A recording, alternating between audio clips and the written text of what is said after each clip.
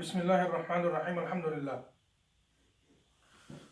لله رب العالمين والعاقبة للمتقين والصلاة والسلام على سيدنا ومولانا محمد وعلى آله وأصحابه وسلم تسليما كثيرا كثيرا أما بعد. Today we'll be covering the chapter regarding entering the bathroom, because last week we were talking about how a person needs to start his day and what should be the first thing that should come to our minds when we start our day, and what should we recite, how we should remember Allah subhanahu wa ta'ala when we start our day, and why is it so important that we are always in the remembrance of Allah subhanahu wa ta'ala. The first thing we should ever do when we start our day, and the last thing we should do when we end our day should be the remembrance of Allah subhanahu wa ta'ala. And alhamdulillah, we've discussed a lot of the du'as last week, and it was highly encouraged that we memorize these du'as so that we're able to benefit from these du'as and invoke the peace and blessings of Allah subhanahu wa ta'ala throughout our days and nights. Now today, inshallah ta'ala, we will be starting to talk about how a person needs to enter the bathroom. And it's inevitable that when a person starts his day, it's natural of a person that a person is in need of relieving oneself. And Imam Ghazali rahimahullah in this book is teaching us these things that normally we don't pay attention to, right? And this is like for example, something as simple as the proper etiquette of using the bathroom. How many of us we just carry on with our lives without thinking or realizing what we're doing? And in fact, there are a lot of du'as and a lot of sunan that we are able to implement by us just being mindful of these things, and by us, the beautiful thing about making dua and remembering Allah subhanahu wa ta'ala and implementing the sunnah in every act of our lives, what happens is that we automatically are worshipping Allah subhanahu wa ta'ala in every act of our lives, in every moment of our lives. Now, it may be as simple as using the bathroom, right, relieving oneself, right?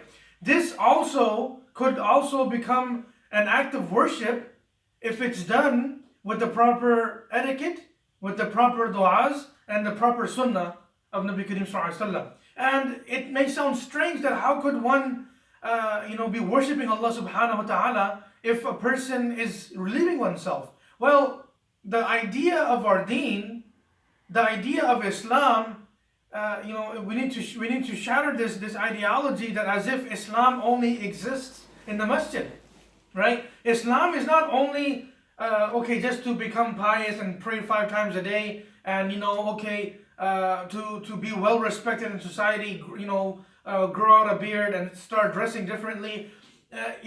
This is the misinterpretation of Islam. Islam isn't only to become pious and just worship Allah subhanahu wa ta'ala for a few hours a day and then be totally oblivious of other people's rights, and other things that we're supposed to do as Muslims. So when it comes to entering the bathroom, Imam Ghazali rahimahullah says, فَإِذَا قَصَدْتَ بَيْتَ الْمَاءِ لِقِضَاءِ الْحَاجَةِ فَقَدِّمْ فِي الدُّخُولِ رِجْلَكَ الْيُسْرَى. The first thing he tells us to do is that when we plan to enter the restroom, we should enter with our left foot. وَفِي الْخُرُوجِ رِجْلَكَ الْيُمْنَى. And when we exit the restroom, we should exit with our right foot. وَلَا تَسْتَحِبْ شَيْئًا عَلَيْهِ اسْمُ اللَّهِ تَعَالَى وَاسْمُ رَسُولِهِ. And we need to make sure that we don't have any kind of holy scriptures in our pockets or anything like that on us, before we enter the bathroom, because that will be highly disrespectful. Now, this is, I think, here is worth mentioning regarding what about ta'weez or something like that. Now, the permissibility or impermissibility of ta'weez, that's a whole different topic on its own for a different time. But if if we're utilizing something, if we have something in our pockets or we're wearing it around our necks or whatever, and it has like basically like holy scriptures written onto it, then this also falls under this ruling. And we need to make sure that every time we enter the restroom, we need to take this thing off, because we don't want to disrespect the Quran or the Sunnah of the Nabi Sallallahu Alaihi Wasallam. Now, when it comes to our devices, right, our phones these days, the follow-up question somebody may ask is that, okay, so I have a Quran app on my phone, or I have like this Azan app on my phone, either in the form of like, okay, I'm able to view the Quran on my phone, or either I'm able to listen to the Azan on my phone. What do I do about that?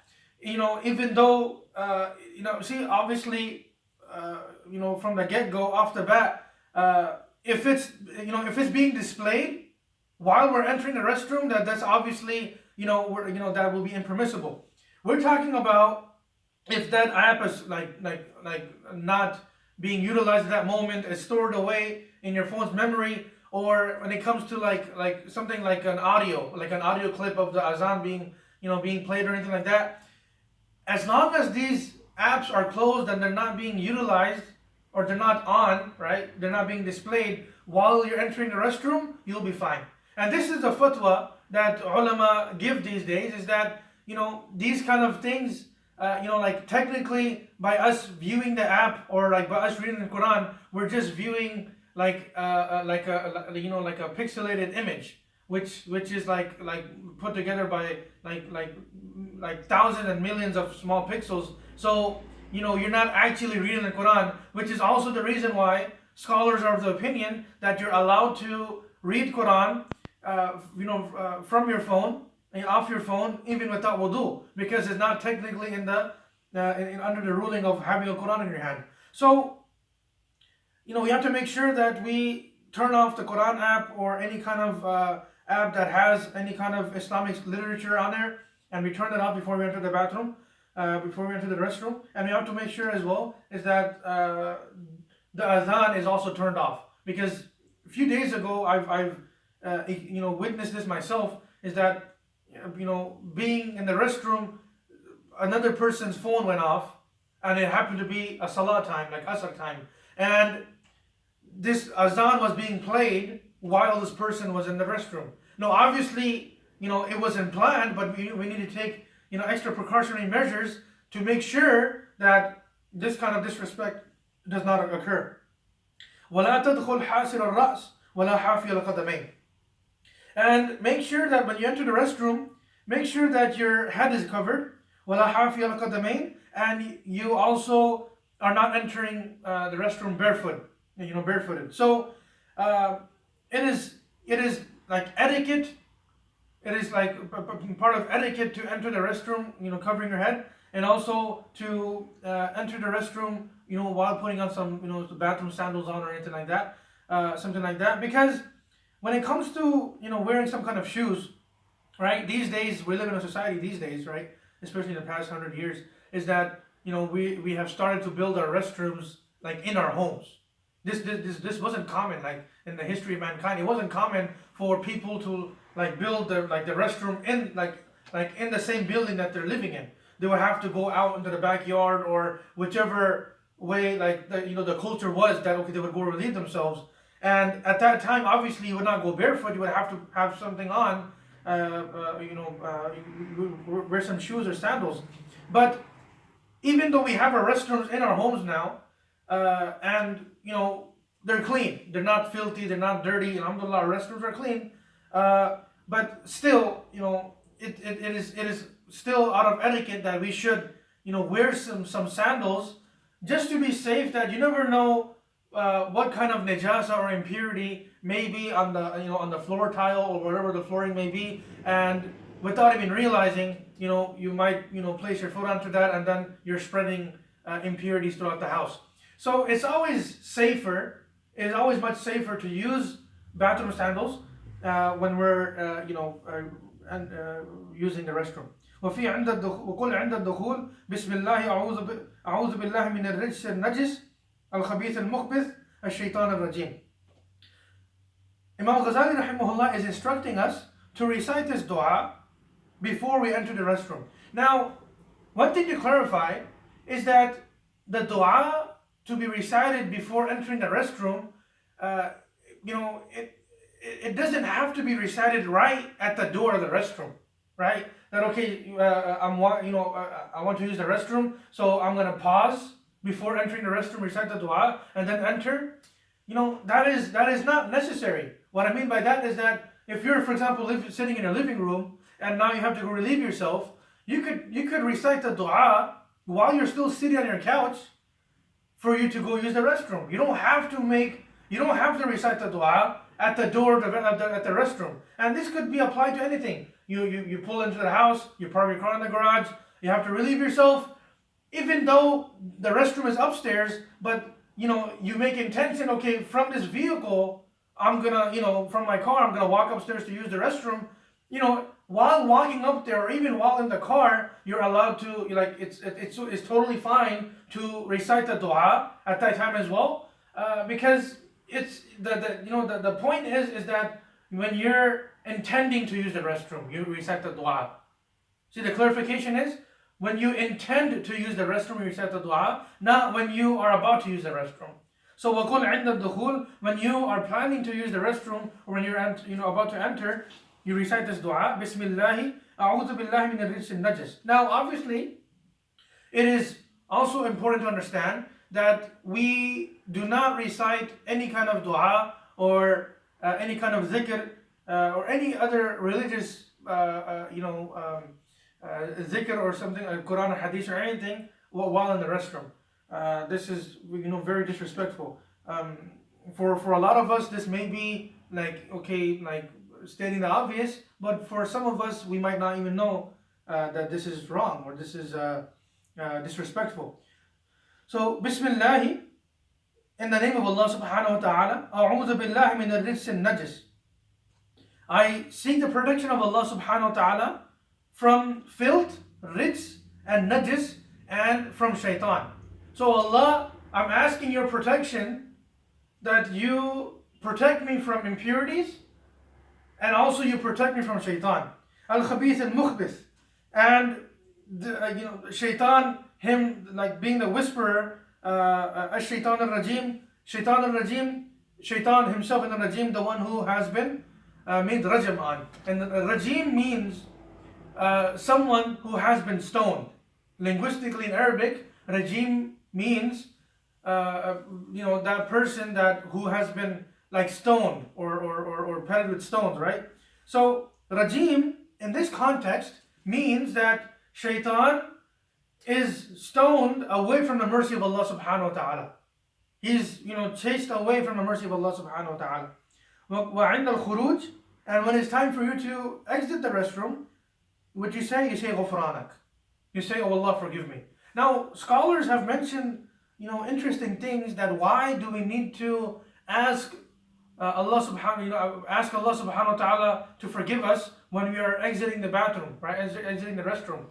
Some scholars mention is that for the duration that we were utilizing the restroom, we were unmindful of Allah subhanahu wa ta'ala. We were unmindful of the remembrance of Allah subhanahu wa ta'ala. So when upon exiting, what's going on, what you are doing now is that, oh Allah, forgive me for not remembering you, for not making your dhikr for the duration of me being in the restroom. Alhamdulillah alladhi adhaba anni ma yu'dhini. All praise due to Allah subhanahu wa ta'ala, who freed me from all of those things that were causing discomfort to me. So in other words, all praise due to Allah subhanahu wa ta'ala that has relieved me from all of those things that were a source of discomfort to me. وَأَبْقَى عَلَيَّ مَا يَنْفَعُنِي. And not only did Allah subhanahu wa ta'ala relieve me from all of that, but also Allah subhanahu wa ta'ala allowed all of that which is good for me to remain in my body. And this is also something very, very important to understand as well, is that what happens when a person has diarrhea. You're losing nutrients and water and all of that. You become dehydrated, and some of these diseases, due to indigestion or whatever, some kind of stomach flu or whatever, a person may able to lose his or her life because of this fact that a person is not able to withhold whatever is needed for this person to survive. So not only, now again, we learn from this as well, is that, see, Nabi Kareem Sallallahu Alaihi Wasallam is asking Allah Subhanahu wa Ta'ala's help, and after completing this task, Nabi Kareem Sallallahu Alaihi Wasallam is praising Allah Subhanahu wa Ta'ala, that, oh Allah, all praise is due to you that has allowed me to complete this task. And something as petty as using the restroom, Allah Subhanahu wa Ta'ala's help is there, because according to this wording here, it was possible that we would have, relieved ourselves to an extent that we would, lose out on our nutrients and whatever that we need in our bodies. So وَأَبْقَى عَلَيَّ مَا يَنْفَعُنِي, I'll praise due to Allah Subhanahu wa Ta'ala that has left behind in my body whatever is beneficial for me. وَيَنْبَغِي أَن تُعِدَّ النَّبْلَ قَبْلَ قَضَاءِ الْحَاجَةِ, and it is a good idea that a person, prepares himself or herself for the restroom before entering the restroom. Now this is obviously, just as a disclaimer or whatever, is that all of these things being mentioned here are basically keeping those times in consideration in which this book was being written, right? There wasn't like any kind of concept of toilet paper or like a flushing system or anything like that, or even like the mere fact of having the restroom like in the same building you're living in, right? Up to 100 years ago, or up to like very recently, across the board, all cultures, it was such that you would have to, exit your living quarters into another structure, or in the backyard or an open field, whatever, to relieve yourself. So some of these things might sound weird to us, but at the same time, Imam Ghazali rahimahullah is teaching us, is going over the method of making istinja, right? And this needs to be discussed, right? If we just ask ourselves how many of our youngsters, like with all due respect, are doing proper istinja, right? Because one may be able to perfect his or her wudu and then perfect his or her salah, but if there's still some impurities left on the body, then like everything goes in vain. And that's like, to have everything in perfection, to be free from any kind of filth or impurities is a prerequisite, right? And these kind of things aren't normally mentioned, right? Like if you try to like just imagine that, okay, how many of our youngsters received some kind of formal Islamic education, right? And let us question the standard of that education, right? It was basically bare minimum. Okay, understanding who are prophets, jinn, death, day of judgment, like it's some basic things. But something like this, learning how to clean yourself, like in my opinion, was barely discussed with our kids, or like with our generation. As far as I can remember, so these things were being taught in the masjids, like very rarely, right? And this was also like, okay, let's say you would have like istinja and cleaning yourself being taught in the masjid. We know like what was the percentage of youngsters being present in the class and learning these things, right? So the sad reality is that a lot of people were just not educated. We're plainly not educated enough to learn how to do istinja, because it was understood just like any other like desi thing, that you're supposed to like inherit, like like this trait of cleaning yourself, and no one teaches anybody, and then everybody just thinks and moves on that okay, it's taken care of, but actually it's not. So ينبغي أن تعد النبل قبل قضاء الحاجة. It's important that a person prepares himself or herself for prior to using the restroom or relieving oneself. وأن لا تستنجي بالماء في موضع قضاء الحاجة. And it is also important that a person does not use water to clean himself or herself in the same spot where this person has relieved himself, right? Now, this is obviously like not having any kind of flush system or anything like that, right? Now you're now cleaning yourself with water, seated in the same area where you just relieved yourself, and if you do that, you're gonna have like splatters of water, and then you'll be, instead of cleaning yourself, you'll be making matters worse for yourself. So in those days, you would have to relieve yourself in one place, and then take a few steps away, and then clean yourself in another place, so that when you're using water, water is not like bouncing up any kind of impurity, but it's like bouncing off the ground or whatever, so that you're able to make sure you're clean. وألا تستبرئ من البول بالتنحنح والنتر.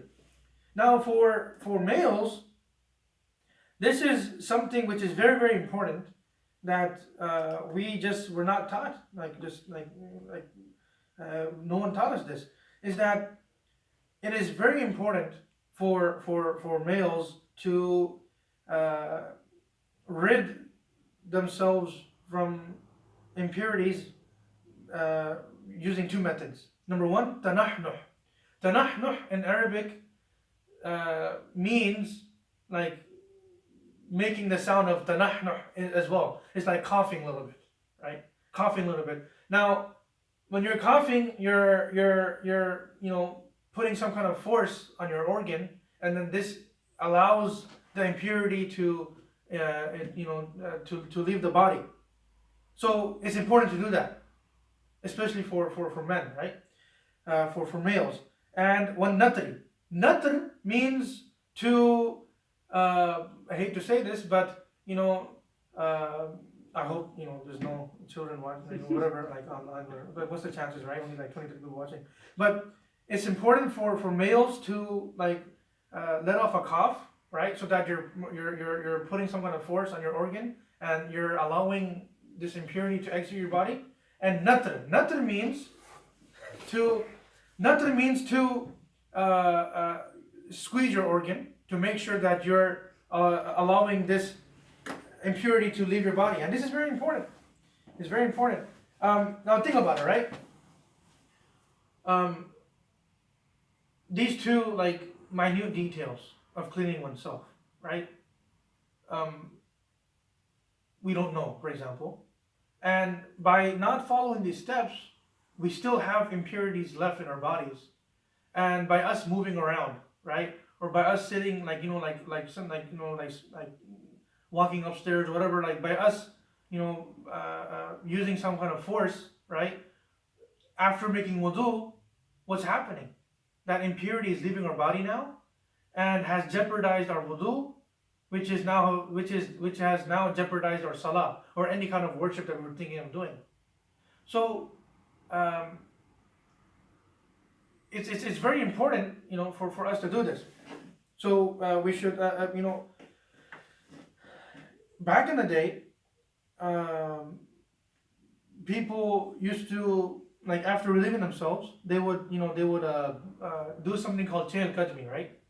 Chehel in Urdu means 40, and kadmi means steps. So what they would do is, like, it's known of like senior scholars of the Indo-Pak region back in the day, is that some incident happened while this scholar was doing chehel kadmi. What chehel kadmi means is that after relieving oneself, you're walking like 40 steps.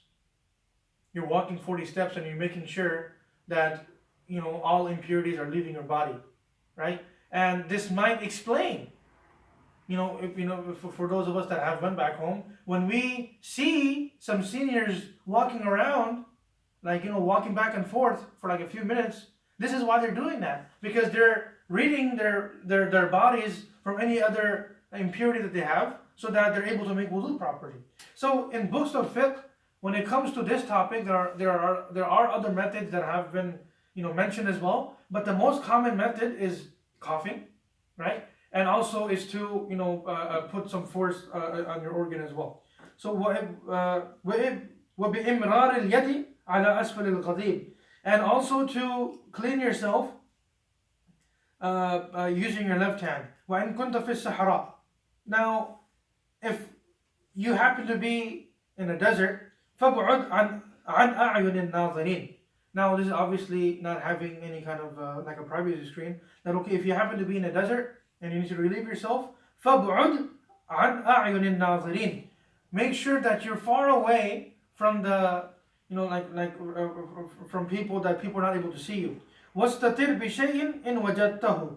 And if you're able to, cover yourself with something, then do that. This also may explain, does explain, those people that we may have seen back home, that I've seen, that they would take like a shawl with them, and they would like cover themselves and sit down in the field. And I've seen it, for 5 years. But like they would cover themselves with a shawl, right, in the middle of the field. So وَلَا تَكْشِفْ عَوْرَتَكَ قَبْلَ الْإِنْتِهَاءِ إِلَى مَوْضِعِ الْجُلُوسِ.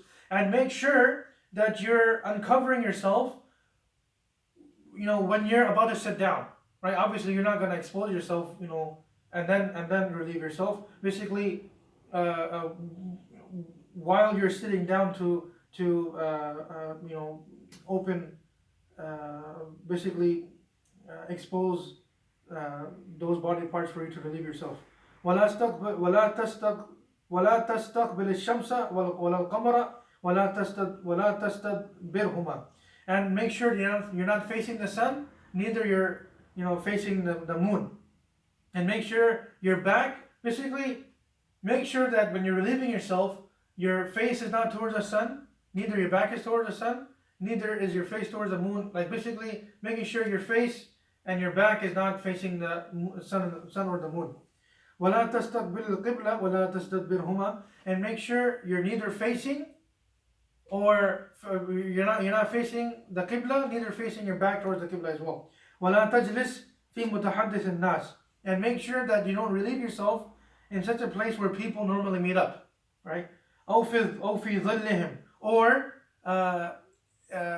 in the shade of people. In the shade of people means that, okay, you would have like a tree, or like obviously like with bare minimum structures back in the day, you would have like these, like for example a building, and then the shade of that building would be like a place for people to chill and relax and socialize. You're obviously not going to relieve yourself over there, because that's going to be a hindrance, a public hindrance. So أو في ظلهم ولا تبل في الماء الراكد ولا تحت الشجرة المثمرة. And make sure that you're not relieving yourself in standing water, and also you're not relieving yourself under a fruit-bearing tree, right? A fruit-bearing tree. ماء الراكد, right?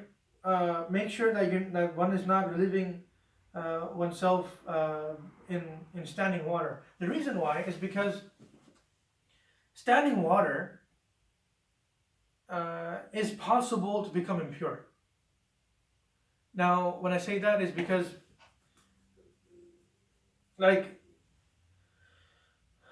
for water to become impure, water, is not reaching that volume, or that, it's not reaching that volume for it to be at the point of not becoming impure anymore, right? For example, like a bucket or like a pond or whatever, that is like, okay, when you relieve yourself, like if any kind of impurity falls into that body of water, then that body of water becomes impure. Water becomes impure except in two situations, right? One is that you have running water, right? So like any kind of running water, right? And to define what is running water is that you have two extremes, right? One extreme is that, okay, you have like a mile wide long river, which is running water. So by impurities falling into that water or that river, it will not become impure. The other extreme is that, okay, how thin this water stream needs to be for it to be, okay, now you're crossing the line of this water becoming impure or not. Scholars mention that if you have like a 2 or 3 inch stream of water, like for example, and that water has enough force that if you throw, like if you place like a few blades of dead grass on it, and that water has enough force to carry that away, then that water is still in the hukam, or the ruling of running water.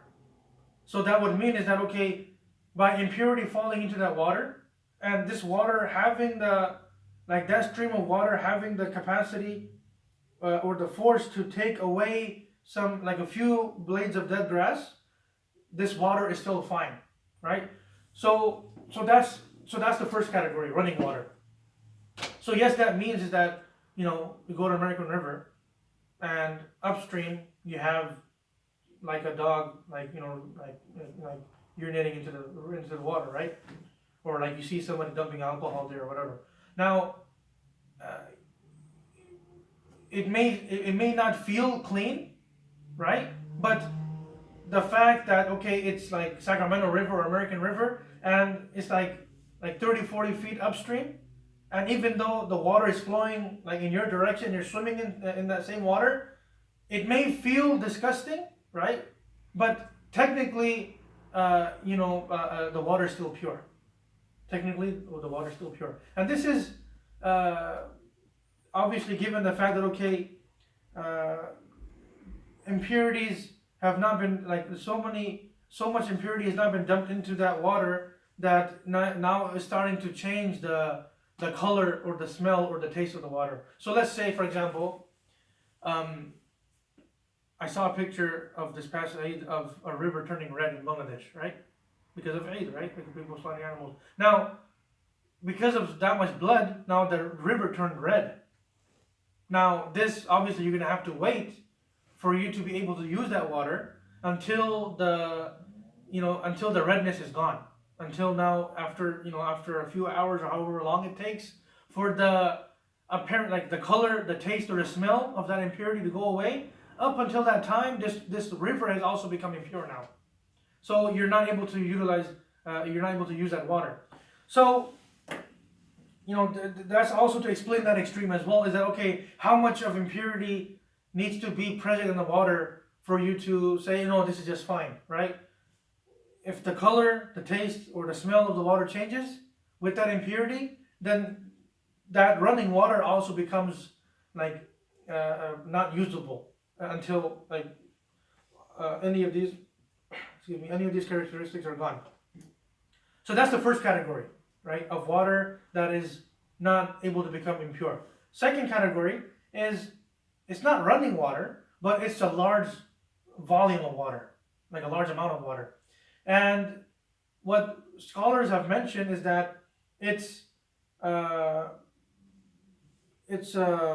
basically like 10 handspans wide and 10 handspans lengthwise. So 10 by 10, if a body of water is like 10 by 10, and obviously you have one extreme just like the running water is that you have like a few hundred feet deep like tank of water, which measures like the circumference of it, or like it measures like 10 by 10.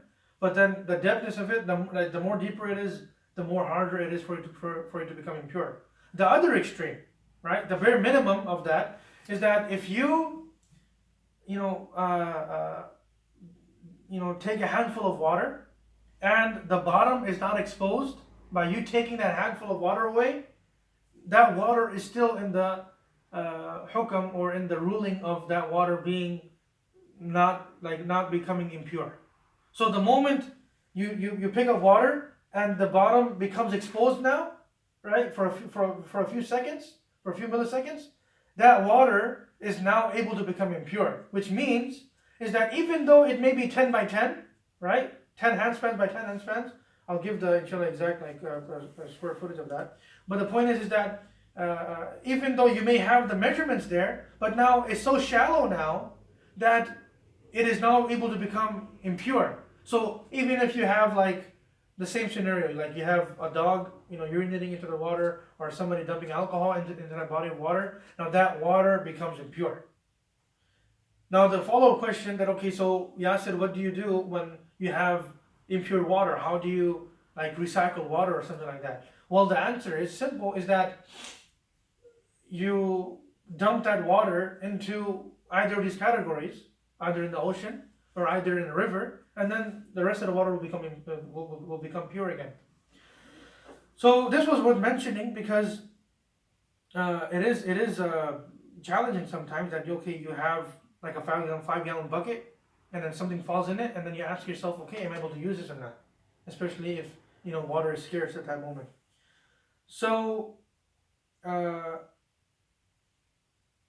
yeah, so this, we shared this by off the word of, based on the word of ma'ir rakid, like standing water. So the reason why, now we understand the reason, is that why Imam Ghazali rahimahullah is teaching us, for us not to relieve ourselves in standing water, so that we, we may end up jeopardizing the purity of that water by us doing so. That this water may be like 7.5 by 7.5, and this is like the only water source that people have, like in the village or whatever. And by you relieving yourself, being inconsiderate in doing so, you're making people's lives so much more harder. وَلَا فِي الْجُحْرِ, and do not relieve yourself in uh, like uh, like in an animal's den, or like like how you have like a snake hole in the ground or anything like that. Don't relieve yourself in there. Now I will stop here today, inshallah. And there's one thing that we learn um, from Imam Ghazali rahimahullah, explaining to us, don't do this and don't do that, is that we have to make sure that whatever we do in our lives, we are not, we're not becoming any kind of a hindrance to anyone, right? Even if it's like as simple as relieving oneself, we have to be considerate of others, right? Yes, we need to relieve ourselves, but you have to keep other people's lives in perspective. You can't just be inconsiderate and go under a tree, which is musmir. Musmir in Arabic means a fruit-bearing tree. Now, for example, a poor man is walking by and is like hungry, whatever, and sees some fruit. Now, by a person previously relieving himself or herself under that tree, now you have like ruined this person's appetite, and the lesson we learn from this is that whatever we do in our lives, we always need to be considerate of others, even though people may like overlook these kind of things all the time. And this is what we learn from one hadith of Nabi Kareem sallallahu alaihi wasallam as well, is that Al-Muslimu man salima al-Muslimuna min lisanihi wa yadihi, that a true Muslim is that person who, like, from who other people are safe from his tongue, and yadi, like from his hand, right? So a true Muslim is that person, from who other people are safe. Other people are safe from his tongue and from his hand, right? Now, the tongue, obviously, it's obvious. Okay, this person is not backbiting, slandering, accusing people. That's a given. But one interesting point we learn from the word yad in Arabic is that a lot of times we come across this hadith and we only translate it to, something like, you're not, like, a person is not getting physical with somebody, right? Like, you're not going around smacking people or like knocking people out. But in Arabic, yad also means ownership as well, right? So what this now means is that something as double parking, right? That we suck at in masjids, for example, right? I own that. That's my vehicle, right? And by me double parking, I have now become, a hindrance to somebody else. So yad is not only, it's not only by using the word yad, getting physical or like physically abusing people is not being implied by itself, but also like any kind of ownership that we may have. And something, whenever I share this, I always give this example, is that, like, if we have our sprinklers on, right, and it's our sprinkler system, it belongs to our house. Now,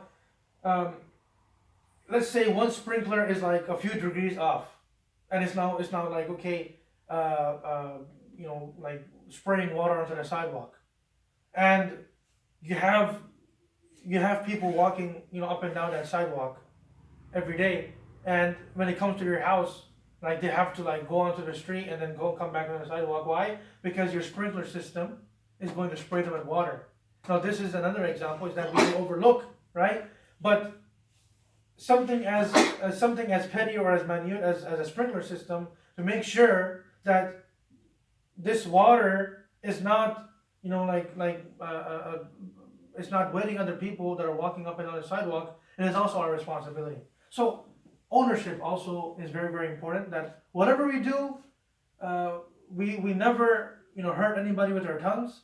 We never hurt anybody with our hands physically. Neither do we ever hurt anyone, like anyone. It doesn't matter if you're a Muslim or not Muslim. A human being, like no other human being, is hurt or is inconvenienced, with your tongue, with your hands physically. Neither with your ownership. Subhanallah bihamdihi, subhanahu wa bihamdihi, wa nashhadu an la ilaha illa anta, wa nastaghfiruka wa natubu ilayk.